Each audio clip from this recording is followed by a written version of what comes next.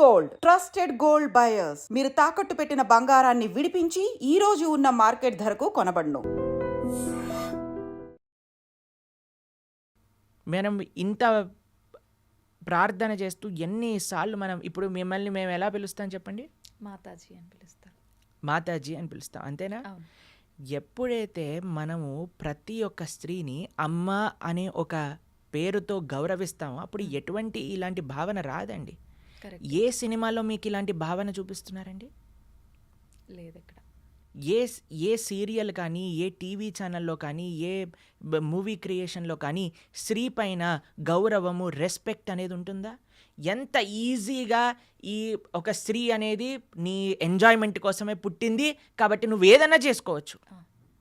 కొట్టినా పర్వాలేదు, తిట్టినా పర్వాలేదు, ఏదైనా పర్వాలేదు, ఎవ్రీథింగ్ ఈజ్ నార్మల్ అని లక్షల కోట్లు మీరే ఇచ్చి మీ పిల్లల్ని మీరు తీసుకెళ్ళి ఆ సినిమాలను ప్రోత్సహించి ఈరోజు ఇలాంటివి అయినా ఇప్పుడు ఎందుకు అవుతున్నాయి అని మనం ఎలా అడుగుతాం చెప్పండి? మీకు ఒక విషయం చెప్తాను. శాస్త్రంలో ఒక విషయం చెప్పున్నారు. మాతృవత్ పరదారేషు పరద్రవ్యేషు లోష్టవత్ ఆత్మవత్ సర్వభూతేషు యః పశ్యతి స పండితః. నిజంగా ఒక వ్యక్తి మంచివాడవుతే, నిజంగా ఒక వ్యక్తి నిజంగా చెప్పాలంటే మగవాడు అని అనాలి అని అంటే మాతృవత్ పరదారేషు, తన భార్య తప్ప మిగతా వాళ్ళందరినీ కూడా ఒక మాతృ స్వభావంతో చూడాలి. మాతృవత్ పరదారేషు పరద్రవ్యేషు లోష్టవత్, వేరే వాళ్ళ యొక్క ధనాన్ని చెత్తతో సమానంగా చూడాలి. నీకెంత భగవంతుడు ఇచ్చాడో అది నాది, వేరే వాళ్ళ ధనం నాకు అవసరం లేదు. ఓకే. ఆత్మవత్ సర్వభూతేషు, నువ్వు ఎలా ట్రీట్ చేయాలి నిన్ను అని అనుకుంటున్నావా అలా వేరే వాళ్ళని ట్రీట్ చేయి నువ్వు ఫస్ట్. అలాంటి వాడు నిజమైన ధీరుడు అని మన శాస్త్రములు చెప్తున్నాయి. ఈ భావన మీరు ఎక్కడైనా సినిమాలో చూసారా? ఎక్కడైనా సీరియల్లో చూసారా? ఎక్కడైనా టీవీలో చూసారా? ఎంటర్టైన్మెంట్ పేరుతో ఈరోజు మొత్తం చిన్న చిన్న పిల్లల యొక్క మనస్సు నుంచి మొత్తం కరప్ట్ చేసేస్తే, ఇప్పుడు చెప్పండి, తప్పు చేసేవాడికి తెలియదా ఇప్పుడు ఒక మర్డర్ చేయటం తప్పు, ఒక స్త్రీని అవమానించటం తప్పు, లేదా ఈవ్ టీజింగ్ తప్పు, ఇవన్నీ తప్పు అని చేసేవాడికి తెలియదా అండి? ఎందుకు చేస్తున్నాడు? ఎందుకంటే వాడు చూసే విషయాలన్నీ కూడా ఉన్నాయి, అది నార్మల్ అనుకుంటున్నాడు. లేదా చేస్తే ఏముంది, లేదా ఇంకొక విషయం ఏంటంటే తన ఇంద్రియాలను కంట్రోల్ చేసుకోలేక చేస్తున్నాడు.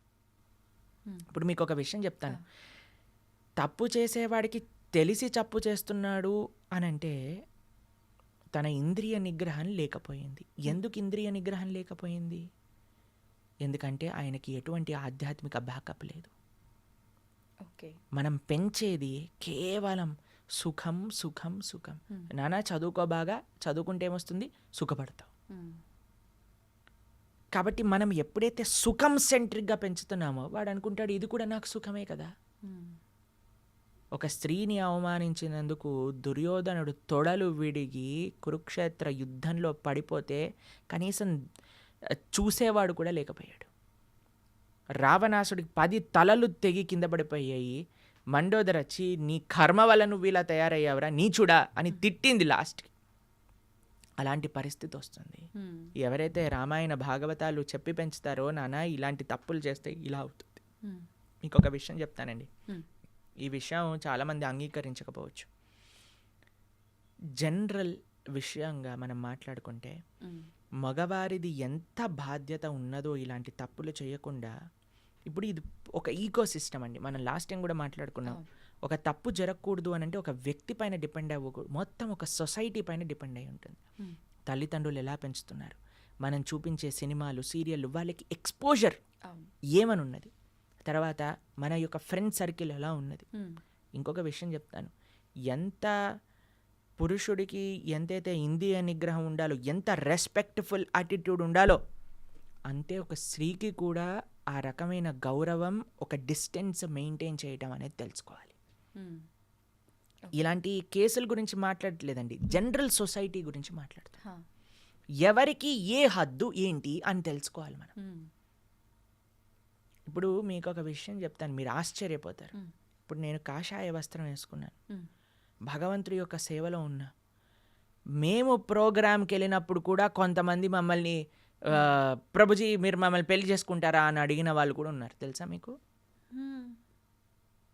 అలా ఎలా అడుగుతారు ప్రభుజీ అసలు? అదే నేను చెప్తున్నాను. అందుకే మేము ఎప్పుడు కూడా ఒంటరిగా ఏ ప్రదేశానికి వెళ్ళాం.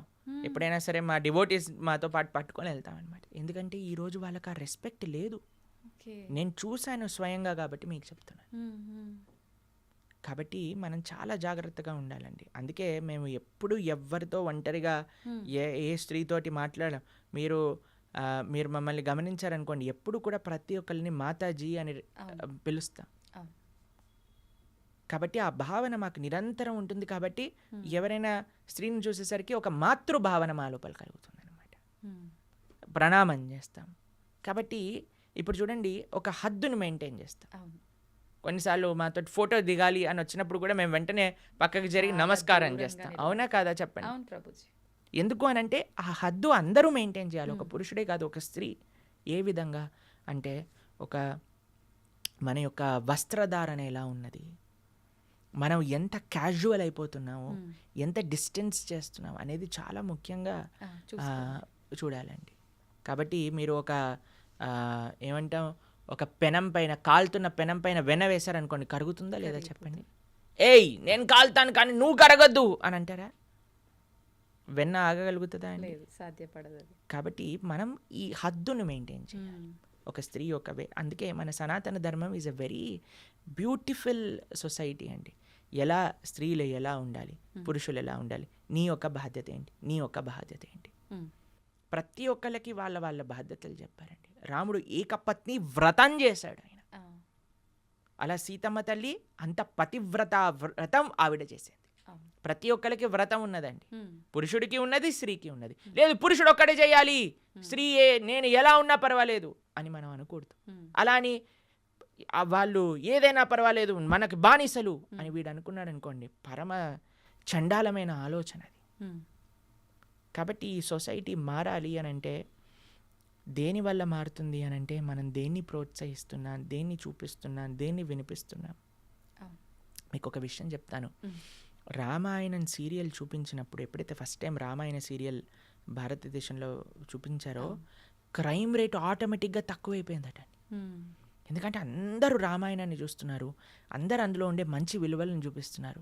దాని తర్వాత ఎప్పుడైతే, మీకు ఒక విషయం చెప్తాను, మీరు చాలా ఆశ్చర్యం అనుకోవచ్చు, ఎందుకు ప్రభుజీ సీరియళ్ళని సినిమాలని ఇలా అంటున్నారు అని అంటే దాని యొక్క ప్రభావం ఉంటుంది. రీసెంట్గా మేము ఒక వీడియో చూసాము, అందులో ఒక చిన్న పిల్లవాడిని అడుగుతున్నారు, ఇంత చిన్న వయసు నీది గుట్కా తింటున్నావు, ఏమవ్వదా నీకు అని అంటే, హీరోకి ఏమవ్వంది నాకెందుకు అవుతుంది అని అన్నాడు.